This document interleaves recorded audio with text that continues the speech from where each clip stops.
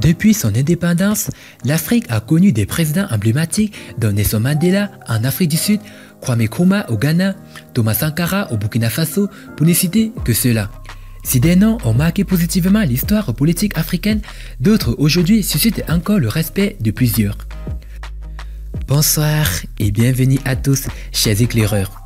Au-delà des malversations financières, coups d'État et d'autres massacres, l'Afrique regorge aussi de visionnaires qui inspirent les jeunes générations. Aujourd'hui, dans cette nouvelle vidéo, nous allons vous amener à la découverte de ces présidents-là qui ont marqué l'Afrique moderne. Eh bien, si vous êtes prêts, on commence. Mais tout d'abord, voici la question du jour. Si 2 plus 3 est égal à 10, 6 plus 5 est égal à 66, 3 plus 4 est égal à 21, 7 plus 2 est égal à 63, combien font 9 plus 7? Réponse A, 113. Réponse B, 113. Et réponse C, 144. À vos claviers. La réponse sera donnée à la fin de la vidéo. Alors comme d'habitude, bon visionnage.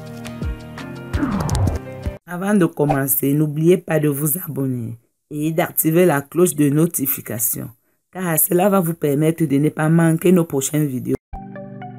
C'est parti.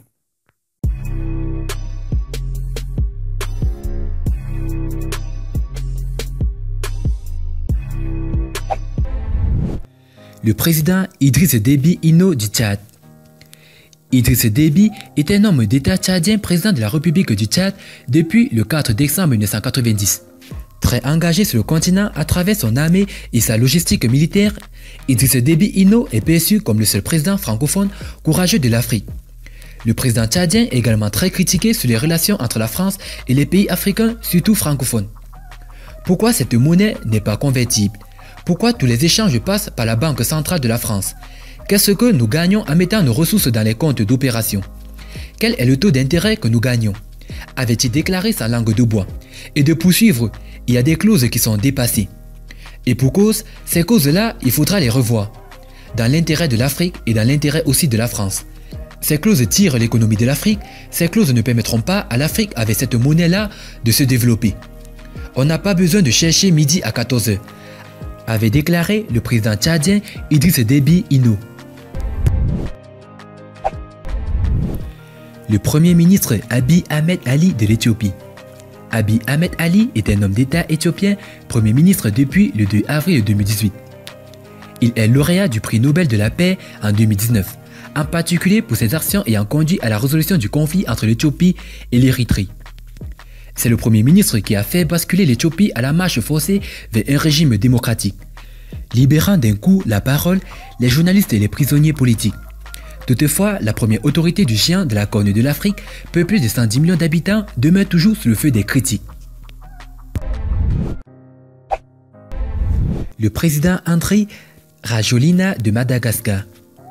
Andry Nirina Rajoelina est un homme d'État malagasy qui exerce les fonctions de président de la République de Madagascar depuis le 19 janvier 2019.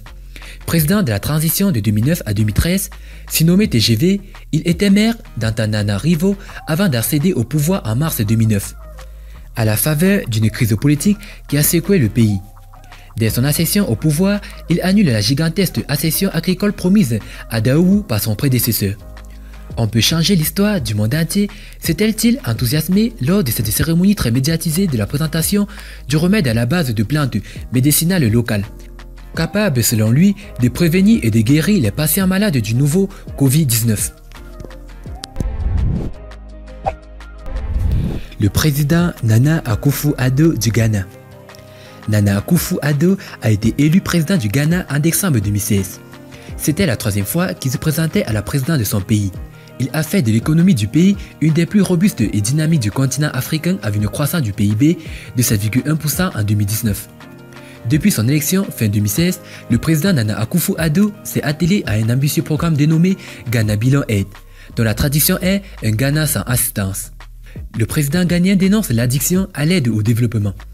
Il est temps que les Africains financent eux-mêmes leurs dépenses de santé et d'éducation.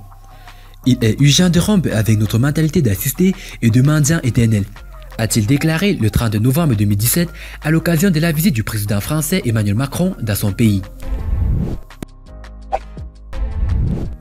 le président Paul Kagame du Rwanda. Avec un PIB annuel de 7,5% et une croissance estimée à près de 8% en 2019, le Rwanda de Paul Kagame fait partie des têtes de liste en Afrique pour sa bonne santé économique. Paul Kagame demeure un modèle rêvé pour beaucoup de présidents africains. Il tient son pays d'une main de fer depuis 1994 et défie l'Occident sans susciter de contestation.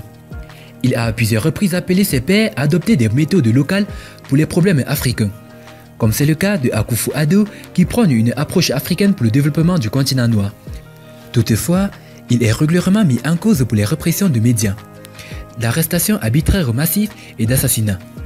En août 2019, le quotidien britannique Financial Times a indiqué que les chiffres relatifs à la croissance et à la réduction de la pauvreté au Rwanda auraient été manipulés.